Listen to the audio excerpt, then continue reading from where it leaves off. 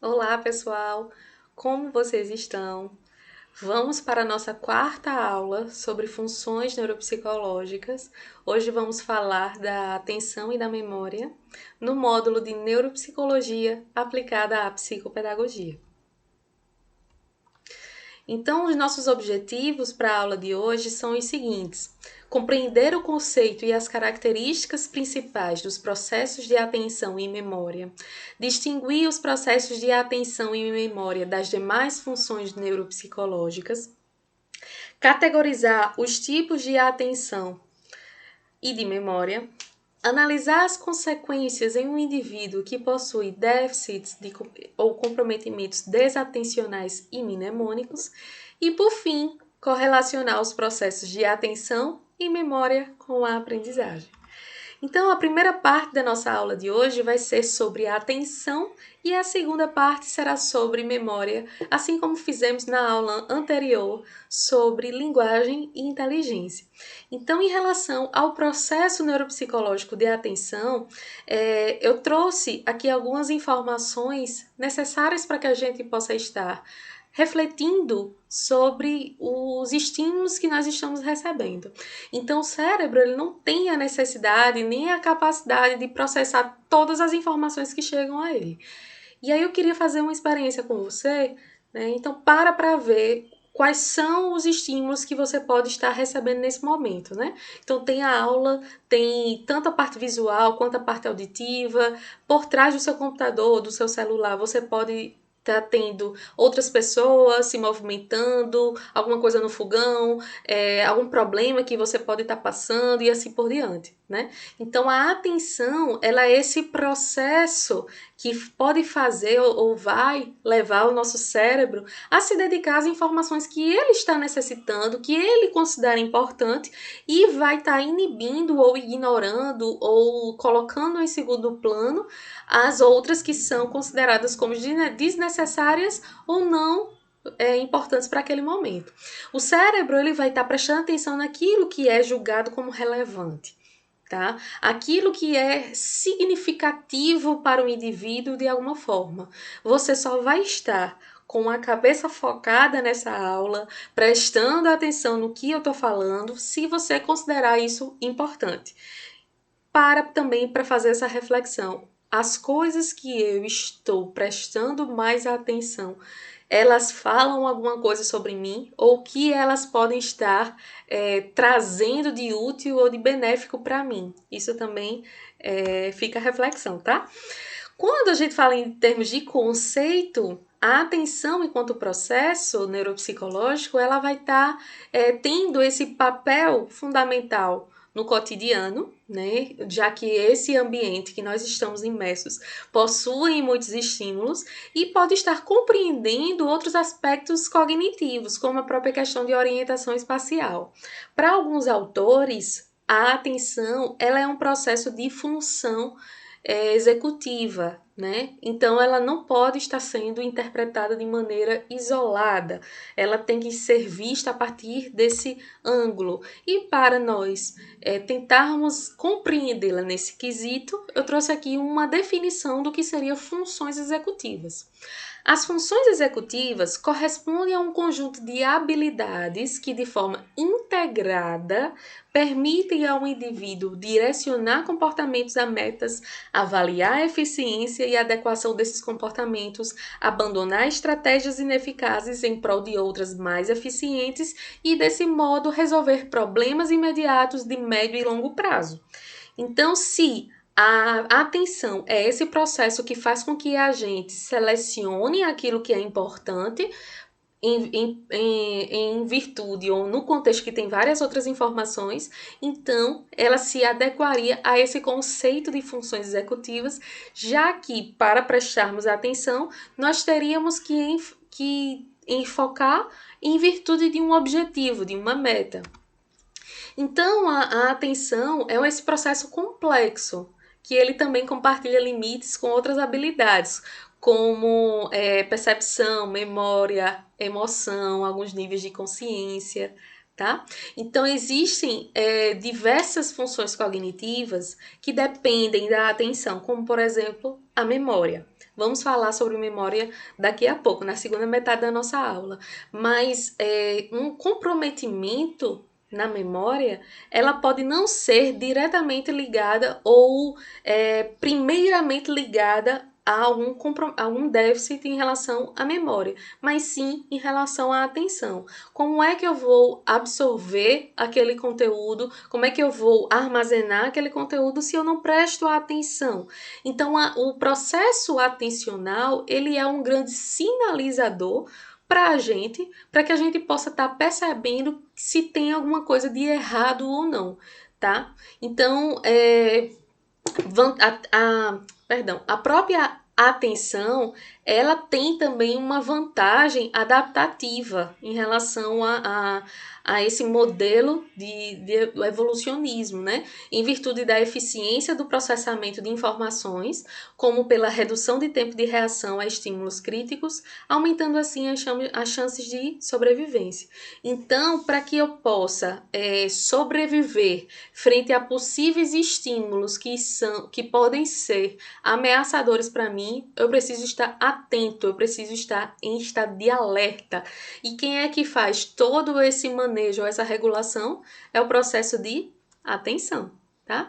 Então, existem 4 tipos de atenção que vamos falar agora, que vamos compreender, que é a atenção seletiva, a atenção sustentada, e alguns autores eles trazem um termo equivalente, que é a atenção concentrada, dividida e alternada.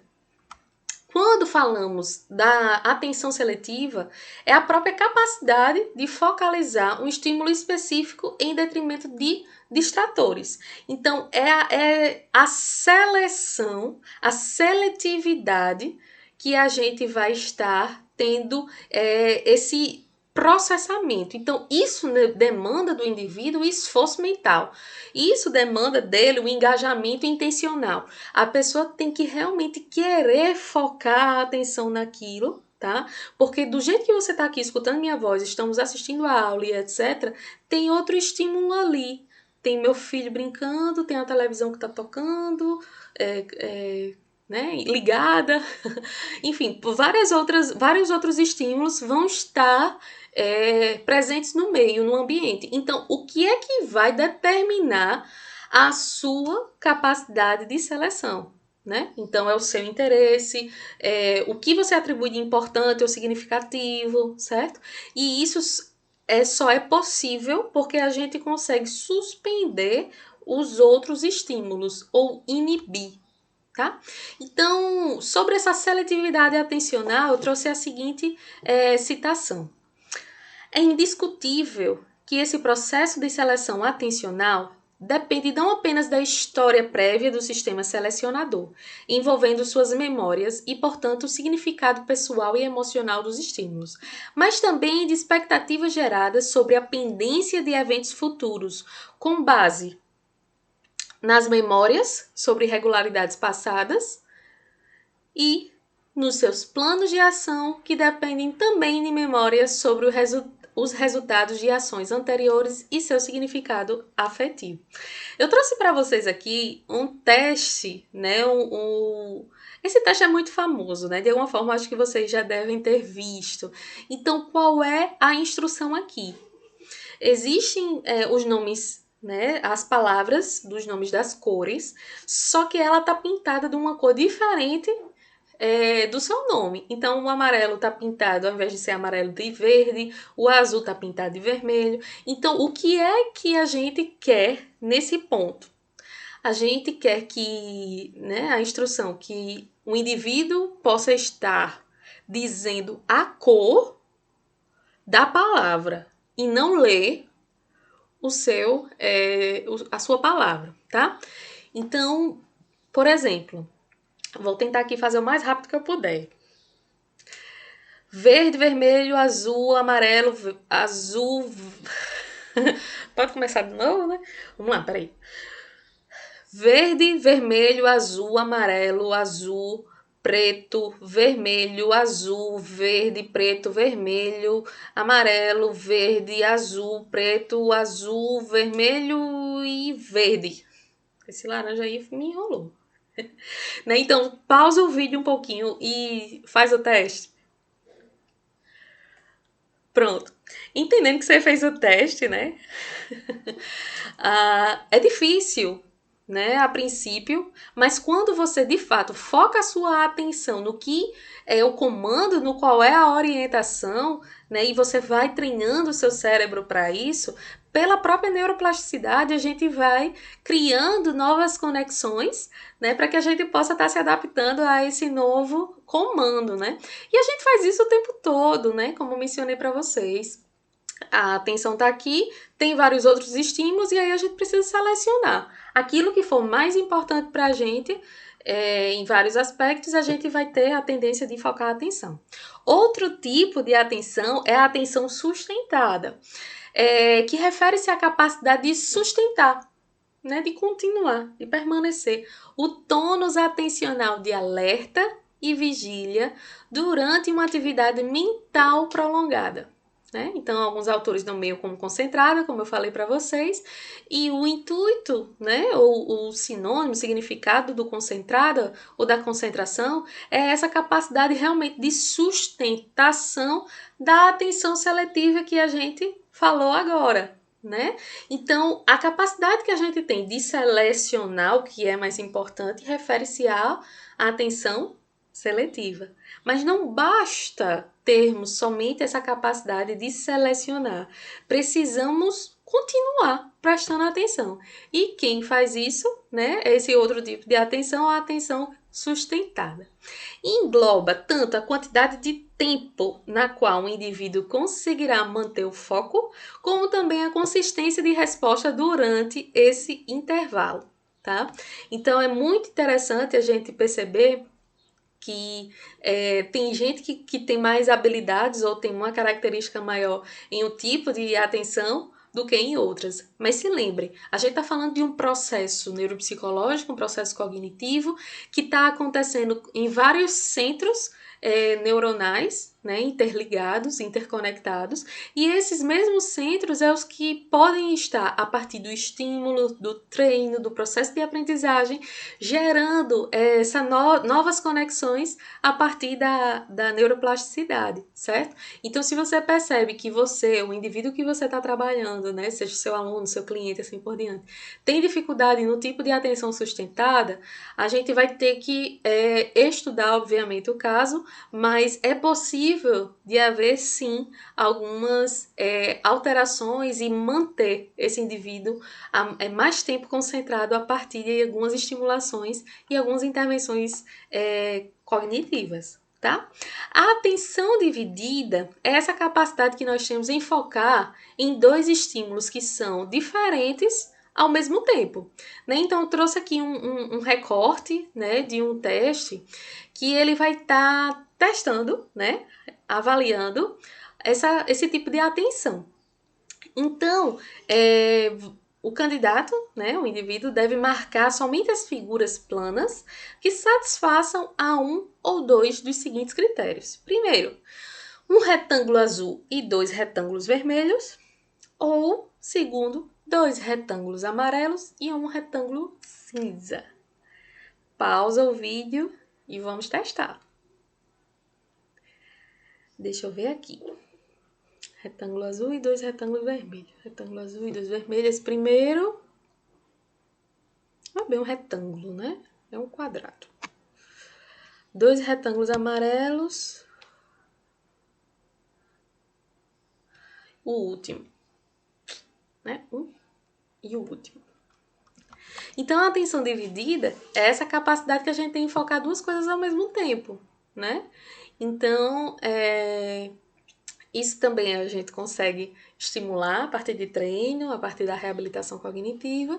E quando a gente fala de atenção alternada, a gente está falando dessa capacidade de alternar o foco de atenção a depender das necessidades do contexto, bem como retomar o foco da atenção após alguma interferência. Então, por exemplo, eu estou aqui conversando com vocês e se vocês tivessem ao vivo e vocês levantassem a mão, professora, eu quero fazer uma pergunta. Aí eu diga fulano. Então, eu parei de focar a atenção na frase que eu estava elaborando, na conversa que eu estava tendo com vocês, pausa, escuto fulano, respondo fulano e volto para o que eu estava falando para vocês anteriormente. Então, essa capacidade de alternar, né, quando a gente está sendo interrompido e etc. Certo? Ui. Tem uma coisa que eu queria falar aqui, que eu vou falar mais na frente, mas é que existem fatores que podem estar influenciando, atrapalhando ou contribuindo para os nossos processos atencionais, que é toda a nossa fisiologia, principalmente a que é correlacionada com o sono. Então, uma pessoa com sono ou com privação de sono é aquela pessoa que ela realmente não consegue ter atenção. Nenhuma dos quatro tipos, né? Não tem uma que prevaleça mais do que a outra. Vai depender da característica de cada indivíduo, porque cada indivíduo, né, é um ser único, subjetivo e etc., que ele vai ter naturalmente uma atenção mais desenvolvida, né?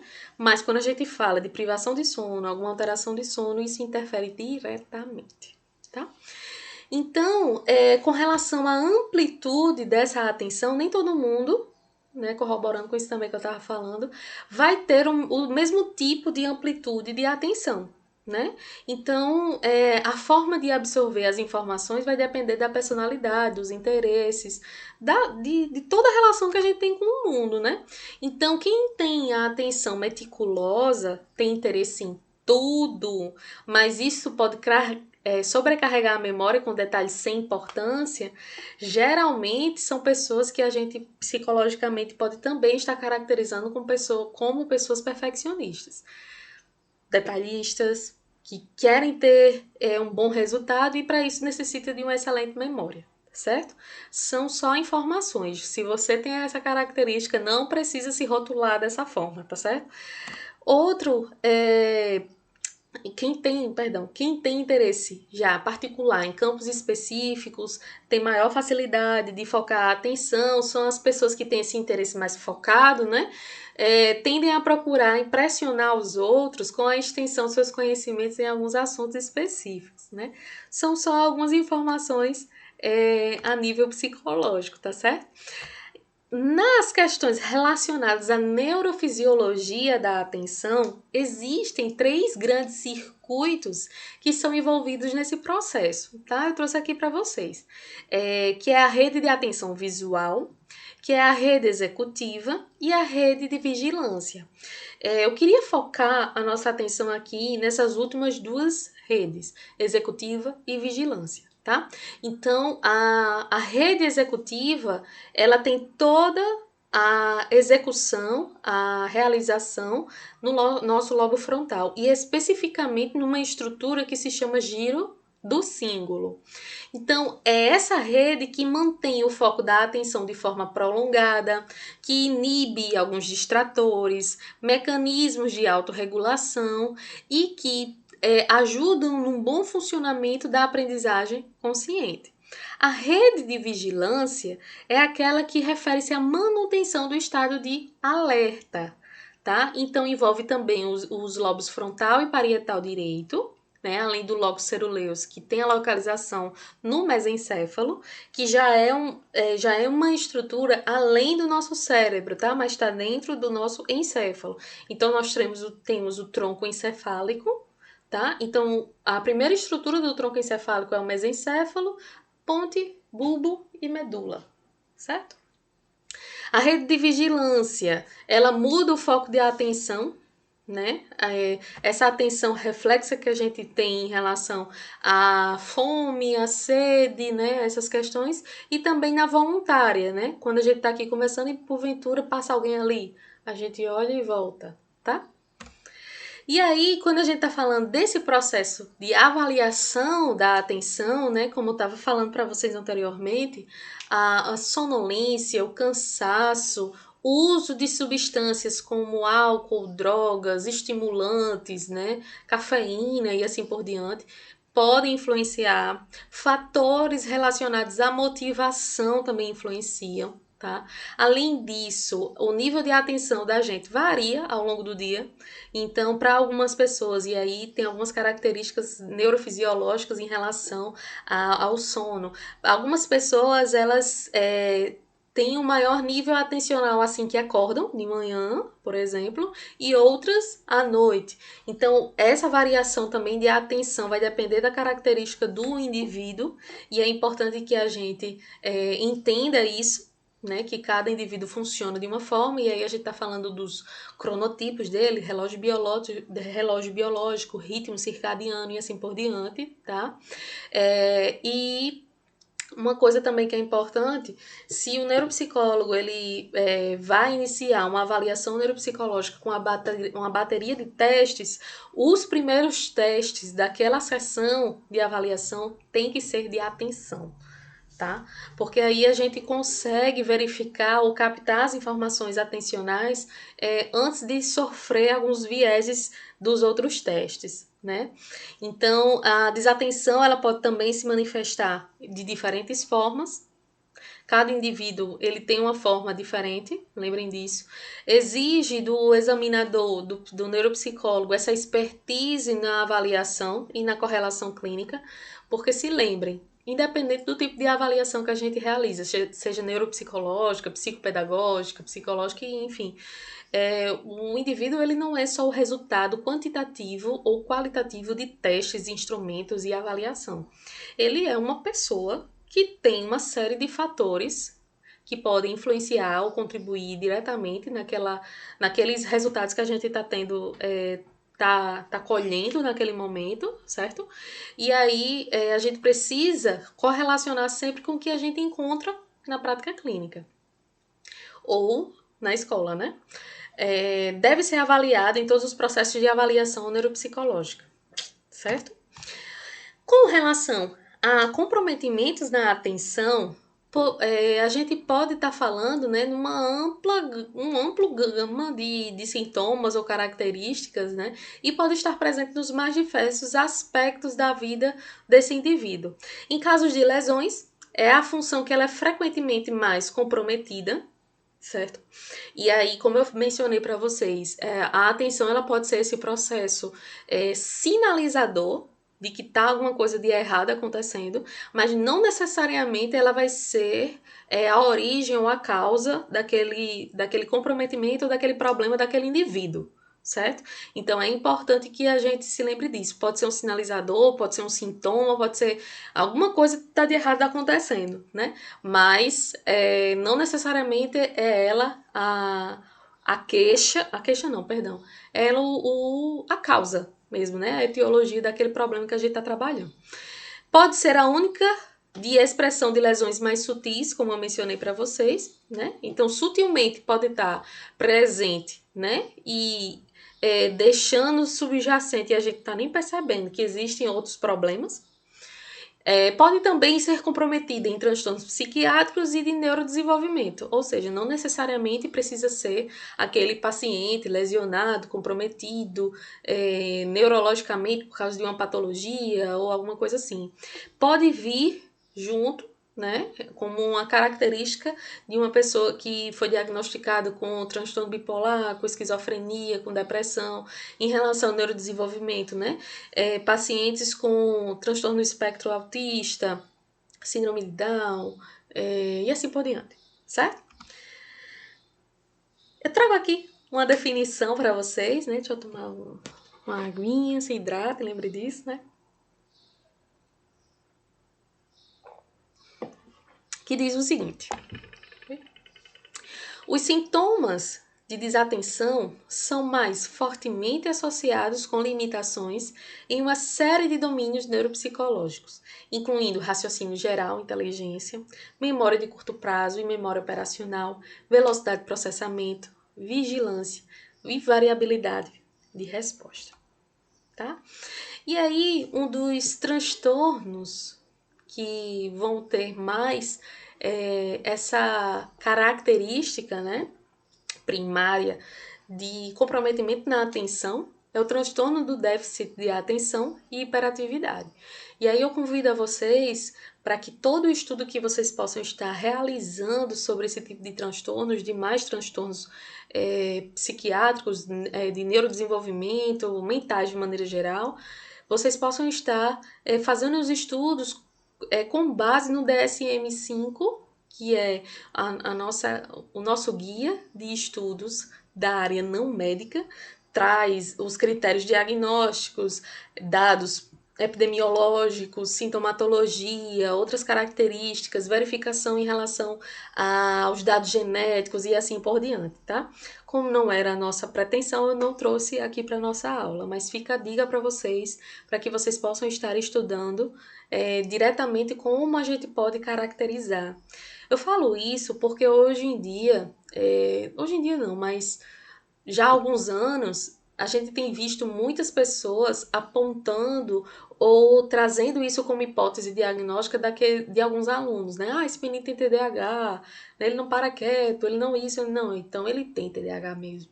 O que vai determinar, obviamente, se essa criança ou esse indivíduo tem ou não tem o TDAH, é todo um processo de avaliação muito profissional. E aí, quem vai estar fechando esse laudo é um médico, né, o psicopedagogo, o neuropsicólogo, então é toda uma equipe junta, certo? E com base nos critérios diagnósticos, né? Não cometa essa falha como todos fazem em relação a apontar, primeiro que isso é um julgamento, né? E também a gente tem que ter a base do que a gente está falando, e uma delas é entender quais são os critérios diagnósticos, certo?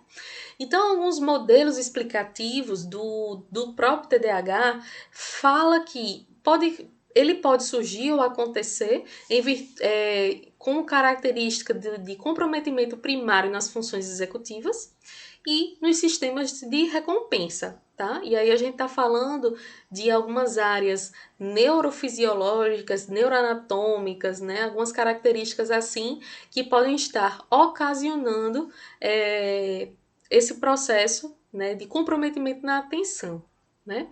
E aí é importante também, além dessas questões de localização especificamente, a gente compreender que existe uma desorganização em relação ao funcionamento desse indivíduo que está acontecendo em relação aos neurotransmissores, certo? Então, o TDAH, neuropsicologicamente, ele é heterogêneo, né? Então, tem vários indivíduos que são afetados e vários domínios também. Nem sempre um indivíduo que é diagnosticado com TDAH e tem um outro também com a mesma faixa etária, mesmo e tudo parecido, ele vai se manifestar de forma diferente, né? Os déficits executivos no TDAH abrangem todo o conjunto de habilidades cognitivas que pautam o controle cognitivo, calibragem das expectativas, interrupção de uma resposta, mudança de uma resposta, flexibilidade, detecção de conflito ou interferência, manutenção da memória operacional via controle de interferência, inibição de respostas concorrentes e regulação de resposta por meio de reatividade ou alocação de esforço mental. Então, existem algumas dificuldades que são mais consistentes ou mais comuns em alguns indivíduos que são diagnosticados com TDAH, como, por exemplo, incapacidade para interromper uma resposta prestes a ser executada, né? Ele não consegue inibir, ou então tem impulsividade motora para ir lá e continuar, né? Comprometimento na memória operacional, na tomada de decisão e processamento de recompensas, processamento de informação temporal, estado de regulação e prontidão para responder, velocidade psicomotora, vigilância, controle inibitório. A maioria dessas dificuldades que a gente está elencando aqui são dificuldades que têm associações com funções executivas, né? Então, no nosso lobo frontal. E quando a gente está falando nessa perspectiva do TDAH, entendendo que a gente tem esse enfoque na psicopedagogia, é muito importante a gente refletir sobre esse contexto, né? E algumas habilidades escolares ou contexto escolar, tá? Então, o grande impacto do TDAH nas habilidades escolares, independentemente de um diagnóstico de transtorno de aprendizagem comórbido, é razão suficiente para a incorporação de rotinas de avaliação do desempenho acadêmico, tanto na triagem diagnóstica e na avaliação neuropsicológica multidimensional, como no monitoramento do tratamento. Os programas de intervenção, em geral, focam apenas uma das dimensões prejudicadas, como desatenção ou desempenho escolar. Mas, embora estejam muito relacionadas, uma ação combinada e específica para cada dimensão separadamente também pode ser mais efetiva. Então, fica para a gente ter algumas reflexões acerca disso, né? E também se lembrar que existe uma correlação muito íntima da atenção com a memória para esse desenvolvimento e desempenho escolar, certo? Então, termina aqui a primeira parte da nossa aula, que a gente traz aspectos em relação à atenção, os processos atencionais, as suas características, as suas tipologias, né, que elas podem ser de 4 formas diferentes, né, então que você possa estar compreendendo esses aspectos gerais da atenção. Com relação à segunda parte da nossa aula, vamos falar agora sobre memória, que como compreendemos, né, nessa primeira metade, a gente precisa desse processo para que a gente possa desenvolver, né, as habilidades, sejam sociais, cognitivas, linguísticas, intelectuais, né, de maneira geral. Então, conceitualmente, memória é um processo neurocognitivo que se refere à aquisição, formação, conservação e evocação de informações. É um sistema complexo, é um sistema múltiplo e é tanto que existem vários modelos e explicações teóricas para que a gente possa estar estudando a memória, certo? Optei, nessa nossa aula, não escolher por nenhum modelo. Eu trouxe as informações sem apontar de quem é modelo de quem, dentro de uma perspectiva de classificação, né, de competências, habilidades e conceituações mesmo acerca do que é memória e de quais são os tipos de memória, certo? Então, a memória ela é o processo básico, né, que ela é muito importante para subsidiar a questão relacionada à aprendizagem.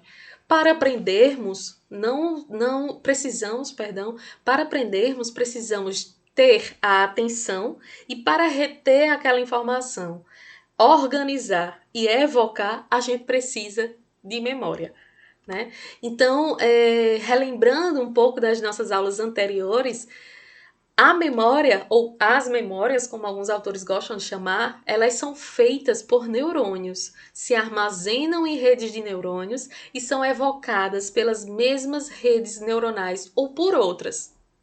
As memórias são moduladas pelas emoções, pelo nível de consciência e pelos estados de ânimo.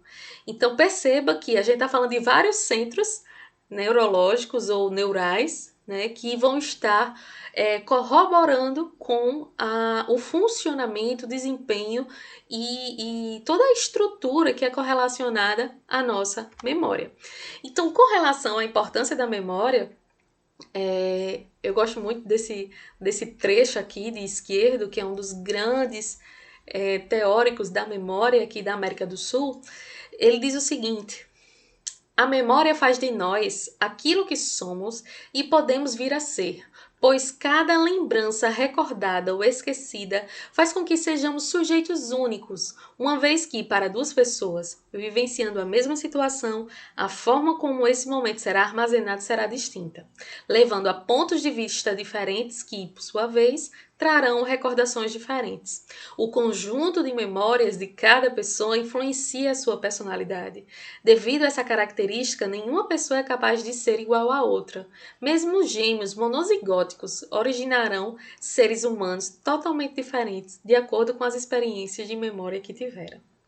Então, a criança ou indivíduo que você acompanha, o seu aluno, o seu cliente, seja lá quem for que você esteja realizando essa intervenção, é importante a gente compreender o arcabouço mnemônico que essa pessoa tem, em virtude das experiências de vida que ela teve, em virtude de toda a significação, né, que ela fez em relação às experiências, às emoções, né, que ela teve durante toda a sua vida.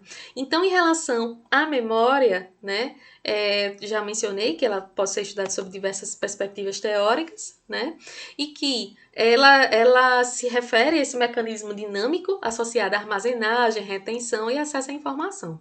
Tá? Então, a memória, ela não é um tipo, não é unitária. Existe só uma memória, pá, não, certo?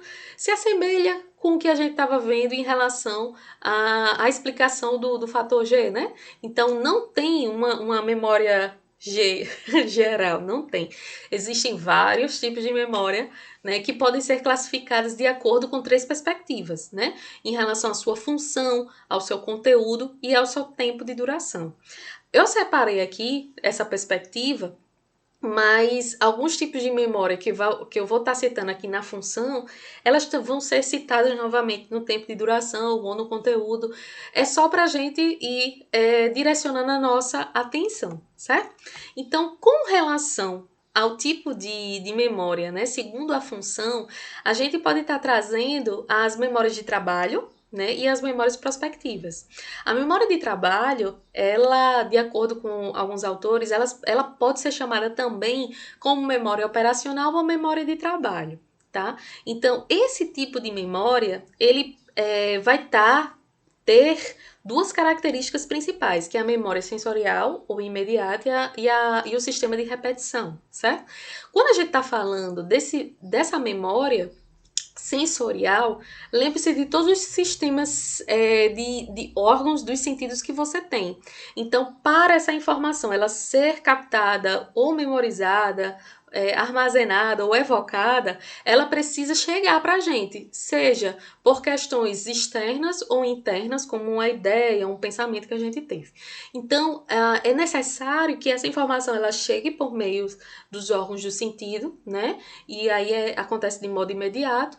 E essa memória, ela não tem significado para nós. Como assim? A gente recebe a informação aqui, se tá frio, se tá calor, se é áspero, se é liso, né? Se tá alto, se tá baixo, a gente recebe essas informações. O processamento, se o alto ou baixo é ruim, se o frio ou calor é bom, né? Já é um outro processo que não as sensações. A gente já está falando da percepção, tá? Então, sensação são as informações que chegam pelos órgãos de sentido e percepção é aquela informação organizada conforme a subjetividade do indivíduo a partir da sensação, tá? Então, essas informações sensoriais da memória de trabalho chegam para a gente como se fosse a primeira, ou então, melhor dizendo, a porta de entrada para as outras memórias.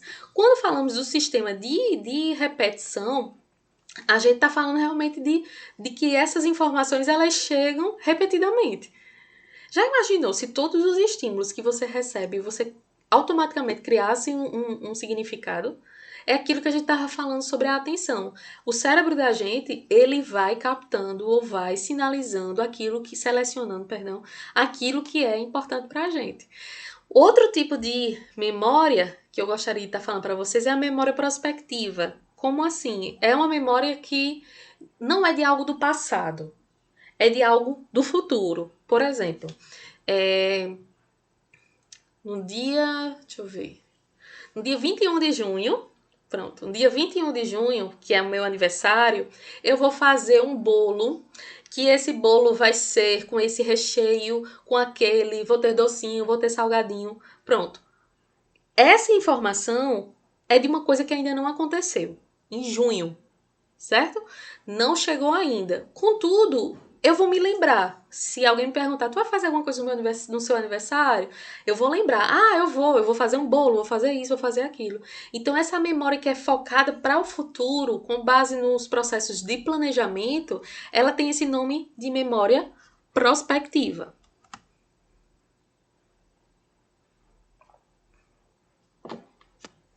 Em relação aos tipos de memória, segundo o conteúdo, nós temos aqui a memória declarativa e a memória procedural, que aqui eu só quis trazer esses pontos para vocês, que eu vou detalhá-las mais na frente, certo? que seria agora. Na terceira classificação, que é segundo o tempo de duração, a gente divide a memória em duas linhas. É a memória de curto prazo, ou curta duração, que também pode ser chamada de memória operacional, memória de trabalho, ou memória de longa duração. Então, como já vimos, a informação ela chega pelos órgãos sensoriais, né, dos sentidos da gente, e passando pela peneira ou pelo filtro de que aquilo é importante ou não para a gente armazenar, certo? Essa memória sai desse contexto de curto prazo ou curta duração e vai, para a memória de longo prazo. Então, o que vai determinar se a memória ela vai ser armazenada ou não é um conjunto de informações, de fatores, na verdade, de aspectos. Relevância que eu atribuo, significado, o porquê que eu preciso, né? O motivo porque eu preciso guardar essa informação que tem a ver com a relevância. Informações só são armazenadas e enviadas para longo prazo se a gente teve a capacidade de atenção, de focar, de se concentrar naquela informação. Aspectos relacionados a comorbidades patológicas, né? Ou neurodegenerativas, como situações voltadas para as demências de maneira geral, também pode comprometer esse avançar da memória de curta duração para de longa duração, tá? Quando a gente fala de curta duração, às vezes fica meio dúbio, assim, curta duração é quanto tempo? Longa é o quê? A partir de dias, é? E não, tá? A memória de curto prazo sensorial, ela dura em média de 5 segundos, alguns autores falam até 10. Quando a gente fala dessa memória de curta duração, a gente está falando dessa memória que dura até alguns autores, isso vai também sendo modificado de acordo com a teoria, com o aspecto teórico, certo? 30 segundos até 1 minuto, 3 minutos, certo? E aí a memória de longa duração é a partir de, tá? A partir da finalização dessa de curta duração. Então, quando a gente fala de memória de longo prazo ou de longa duração, ela se subdivide em duas grandes classes, que é a memória declarativa ou explícita, né, e a memória não declarativa e implícita, né, que é a mesma coisa. E aí, a memória declarativa explícita tem a ver, né, com como é que se diz? Com os aspectos, né, do consciente, e a não declarativa com o inconsciente, né, que ela se subdivide em semântica e episódica. Então tem a ver com algumas situações, né, que tivemos na vida. A semântica tem a ver com conhecimentos específicos que nós temos, né, e a episódica de algumas situações de alguns momentos específicos da nossa vida. Por que a gente consegue se lembrar do aniversário? Eu tô tão festeira, né? Aniversário de novo. Por que a gente consegue se lembrar do aniversário quando a gente tinha 3 anos, mas a gente não consegue se lembrar mais nada do que aconteceu naquele ano da nossa vida, tá certo? Então isso se dá também em virtude desse tipo de memória. Aqui me faz lembrar de falar algo muito importante para vocês, que é a correlação da memória com a emoção. A gente tende a se lembrar mais de fatos que têm a ver diretamente com algum tipo de emoção que a gente sentiu naquele momento. Sejam emoções boas, consideradas positivas, ou emoções ruins, consideradas negativas. Como, por exemplo, naquele aniversário eu lembro que o meu pai brigou com a minha mãe e ele saiu e me deixou sozinha chorando, por exemplo. Certo? E aquilo me deixou muito triste, para mim foi muito ruim. A partir de então, nunca mais fiz festa, por exemplo, tá? Então, por que isso acontece? Né? Existem algumas explicações para isso, e uma das explicações é em virtude das estruturas neuroanatômicas que tanto a memória quanto a emoção têm em comum. Tá? O próprio hipocampo, que é considerado o centro neuroanatômico da memória. Tá? Então, as emoções ela tem esse processamento de informações emocionais de cunho afetivo, né? Não localizados, mas ela passa por um processo, por uma rede, por uma circuitaria. E dentro das estruturas que são ligadas nessa circuitaria, tem o hipocampo, que tem tudo a ver com a memória. Certo? Então, consolidando aqui algumas informações novamente de esquerdo, uma informação relevante deve passar pelo filtro da atenção e em seguida por um processo de codificação, quando a experiência vivenciada ou a informação recebida provoca a ativação de neurônios, caracterizando a memória operacional. Dependendo da relevância da experiência ou da informação, poderão ocorrer alterações estruturais em circuitos nervosos específicos, cujas sinapses se tornarão mais eficientes, permitindo o aparecimento de um registro. Para uma informação se fixar de forma definitiva no cérebro, ou seja, para que se forme um registro ou traço permanente, é necessário um trabalho adicional. Nessa fase, são importantes os processos de repetição, elaboração e consolidação, tá? Então, o próprio esquerdo continua dizendo o seguinte: gravamos aquilo que aprendemos e lembramos aquilo que gravamos, portanto, o que foi aprendido. A memória, ela é a base da aprendizagem. A gente só diz que aprendeu porque a gente consegue se lembrar. E a gente só se lembra porque a gente teve toda uma circuitaria que trabalhou em prol disso, tá? E aí, né, só para diferenciar um pouco conceituações, quando a gente fala de aprendizagem, a gente está falando desse processo de aquisição de informação. Quando a gente fala de memória, a gente fala da persistência dessa aprendizagem de uma forma que pode ser evidenciada posteriormente, né? Aqui estão algumas informações que eu já tinha mencionado para vocês, né, sobre as emoções, e eu também trouxe algumas dicas, né, para você enquanto pessoa, enquanto estudante, sobre a sua atenção, como melhorar a sua atenção e memória, né? Então, mantenha a mente aberta e esteja pronto para aprender coisas novas. E ao registrar novas informações, faça um esforço para livrar-se de todas as preocupações relacionadas. Mantenha os seus interesses e a sua curiosidade em diversas áreas. Mantenha ou crie novos contatos estimulantes com outras pessoas. Exercite seu cérebro com novidade, variedade, desafio crescente. Isso é muito importante e mais uma vez eu falo sobre neuroplasticidade. Quanto mais adaptações ou situações que a gente possa estar correlacionando as informações, mais redes neuronais ou mais sinapses estaremos fazendo. E aí utilizaremos novas redes, né? Então, as redes neuronais, elas têm a tendência, né, a se enfraquecerem ou a se fortificarem, dependendo do uso que fazemos dela. Então, o exercício, né, para essa plasticidade pode ser em virtude dessas novidades, variedades e desafios e assim por diante, né? Faça planos e execute-os. Todo projeto permite que você se desenvolva ou progrida, além de dar sentido à vida, mesmo que ele mude ou se transforme em outra coisa. Isso sempre motiva você a ficar atento, a melhorar a atenção, porque mantém aberto para o mundo externo. Com relação à memória, é muito importante, né? Já que a memória é a base de quem somos, que a gente possa se cuidar integralmente em relação a 3 pontos principais, tá? Que isso aqui vai estar melhorando não somente sua memória, mas a sua qualidade de vida como um todo. Uma boa qualidade de sono, né? Então, muitas pessoas têm a tendência de, quando querem diminuir alguma coisa do seu dia para ter mais possibilidades de fazer outras coisas, diz, vou dormir menos, ou então vou dormir tarde e acordar mais cedo, né? Isso é um grande erro que a gente pode estar fazendo com a nossa capacidade, né, cognitiva, nossa capacidade de memorizar as coisas, porque é no sono que a gente consolida todas as nossas memórias.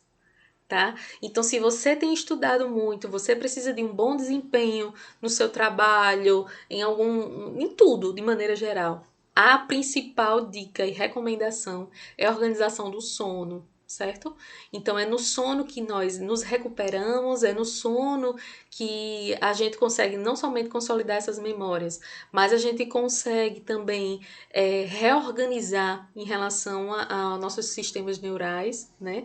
Então é esse reajuste de energia que a gente gasta tanto nos neurônios, né, ao longo do dia.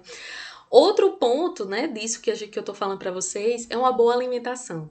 Então, nós precisamos nutrir o nosso cérebro, né, a partir de uma alimentação saudável, que ela seja rica em alguns nutrientes, em algumas proteínas, em algumas substâncias, como, por exemplo, ômega 3, vitamina D, B, né, perdão, e alguns antioxidantes. E o terceiro ponto, né, dessa trilogia aqui, que vai estar ajudando você não somente na sua memória, ter uma boa memória, mas da qualidade de vida como um todo, é a realização de atividades físicas, né, e atividades de relaxamento.